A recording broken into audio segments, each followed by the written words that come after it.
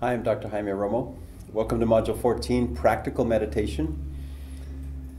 In the third part of our course, If You Want to Fly Higher, You Must Be Lighter. I don't know if you have a meditation practice or a practice that helps you be more mindful. Some people talk about that. Or a practice that helps you to be more grounded or centered. I think it's been something that has changed my life, brought me back from the dead, in a sense. So I want to spend some time in this module to offer different practices or some different information about how important and valuable it is for us to take up some kind of practice that helps us to be more centered, more grounded. In other modules, we've talked about being our best self, and I mean with a big S.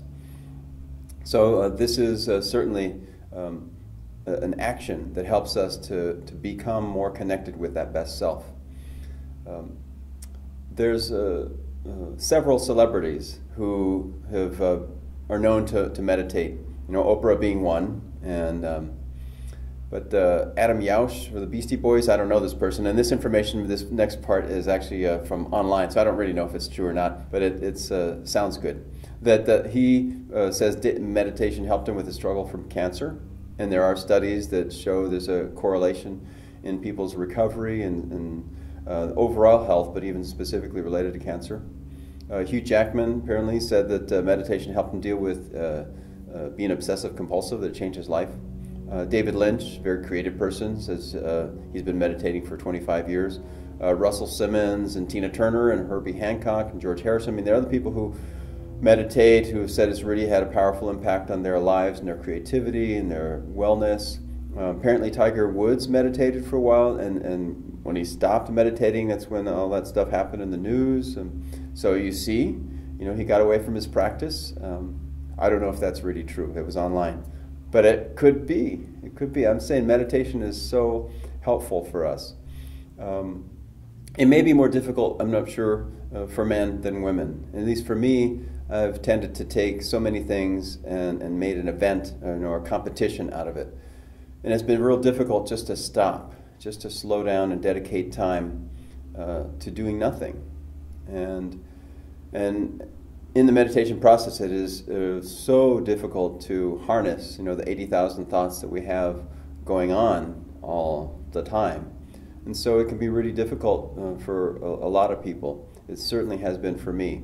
It's not easy, and in some ways it's totally easy.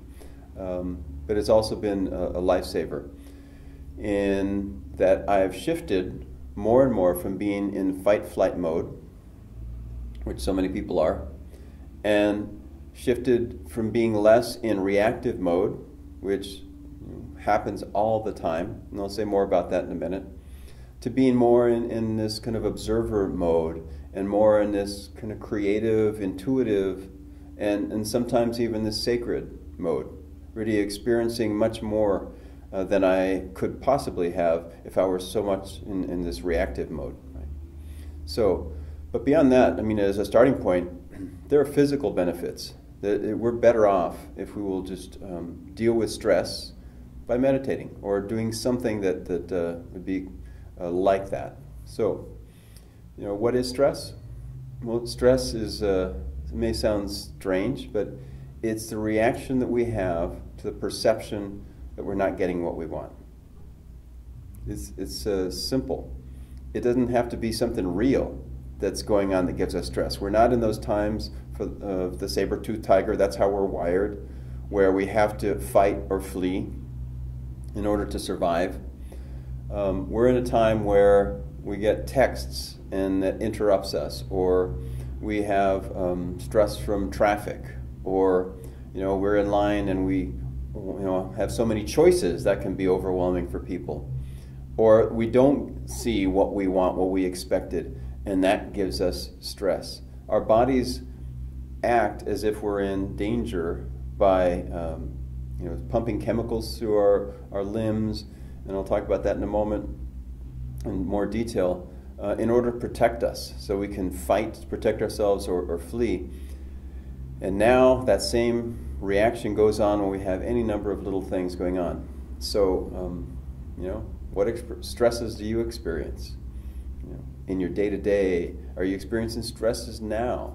So I hope one of the things that happens by you taking a few minutes to read, to reflect, to chat with others is that you slow down and you start to get more reflective, more observant rather than reactive. So what happens when any number of things stress us out? Our heart rate goes up, our breathing gets more shallow, our blood pressure goes up, our adrenal glands start pumping adrenaline and cortisol through our system, and that's us to get us ready again to fight or flee. And as a result of that, short-term reaction, it has some long-term health implications. When we have our blood pressure goes up, then we have heart disease. When our stress hormones go up, well, then we also have anxiety or insomnia because we don't relax, we don't deprogram ourselves from all that. When our blood sugar goes up because our muscles want to have that instant energy ready to fight or flight, then we get diabetes. When we're ready to react to some danger, the digestive enzymes and the sex hormones in our bodies kind of shut down. And so all that stuff in our stomach and our system decreases so that the more energy can be pumped in, blood can be pumped into our limbs. The blood goes out of our stomach, our digestive area, and goes into our arms and legs, and the platelets actually get sticky so that if we get caught, then we won't bleed to death, right? But when all that happens, when we have ulcers, we have more aging, because the hormones that would be for reproduction are not being used, and we have like migraines or strokes and things like that because we've got platelets going through our system. So there are a lot of physical problems when we're stressed out and we don't de-stress. So meditation is a way to de-stress. So think about when you're at rest, your heart rate goes down. When you take a moment to reset, as some people would say, your blood pressure will go down. When you take a moment to just to look around and appreciate something, just looking out and seeing the wind moving through the trees, and that can kind of slow you down. Your breathing rate will go down, your perspiration rate will go down, stress hormones will go down, anti-aging hormones will come back up. The sticky platelets will go down, and so your circulation and all that will be better. So physically, it's just smart. It's a good investment of time just to find ways to slow down. There, besides formal meditation, where a person might have a formal mantra that they use, or something that might be considered a prayer in a quiet time, you can do daily a variety of practices that will help as well. And some people call these mantrams. So they're not formal sitting meditation. Some people practice 20 minutes in the morning or 30 minutes in the morning and the same amount of time in the afternoon. My practice is that I meditate much longer in the morning because of my schedule, and just seems it works for me that I take that time in the morning and not have to or not often take that in the afternoon. But during the day, being in touch with nature, being grounded, could be pulling weeds, could be being out in the garden, being in touch with the earth. For some, it's listening to particular music that's very soothing, that just helps people to reconnect with more themselves rather than whatever else is stressful out there.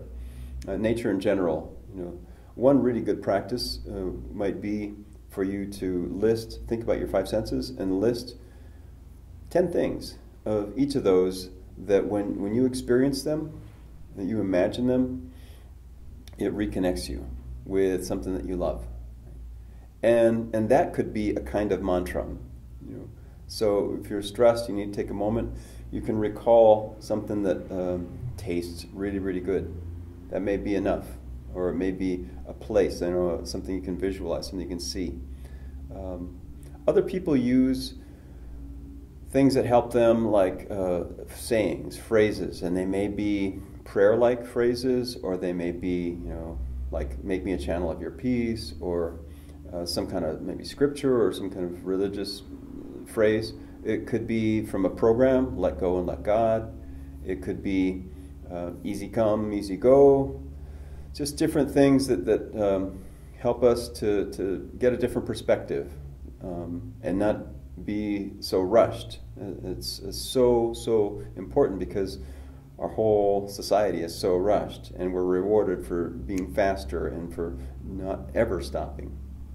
Sounds like chimes or the ocean or the wind again, and even your own breathing is a really important one. And some people may actually take a few minutes and focus on their breathing with the idea that when you breathe in, you can think the sound so, and when you breathe out, you think the sound hum. And that becomes a kind of a mantra, kind of an open-ended generic mantra. It just helps you to reconnect with your own breathing, to slow down, and to take your mind off of everything else. Overall, meditation, when we do any of those things, helps us to be less reactive. When you do more particular kinds of meditation, it can help us to be more observers of our own experiences. And even, some people, athletes, have talked about the experience of being in the zone. I mean, there's a parallel to being in the gap of meditation. When all the thoughts aren't so present because you're focused on something. And I'm sure you've heard stories of athletes who are like running, and they just said, I ran and I wasn't even thinking. All of a sudden the race was over. They could be doing something so physically engaging and at the same time kind of being an observer to their own experience. That happens in sports. It happens in meditation. And it helps us, it brings up this self with a big S that we've mentioned. Walter Russell has a beautiful way of talking about meditation. And I'll read this because I don't want to miss it. He says, meditation is communing with God for the purpose of working knowingly with God. To meditate with God, first forget your body and stop thinking about anything. Decentrate instead of concentrate. Decentrate to the zero of stillness. Become a vacuum insofar as your senses are concerned.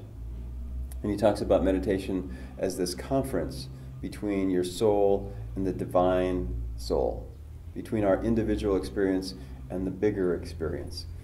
And so any of the things that we can do to help us to connect our individual experience or soul with the bigger is going to lead us more and more into this connection with our biggest self, with the self, our purpose. As I look at the wind, moving the trees and the leaves, I think of that wind that is bigger, that spirit in me that is bigger and all around me. So in our day-to-day, there's so many things we can do. I hope you'll start dedicating more time to a practice. It's kind of like brushing your teeth. I mean, there's nothing really exciting about it, but there are definitely some benefits to it.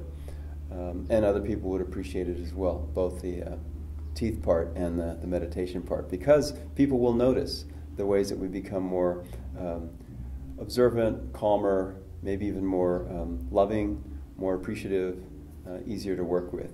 So chat with others, work in the workbook, and begin to practice.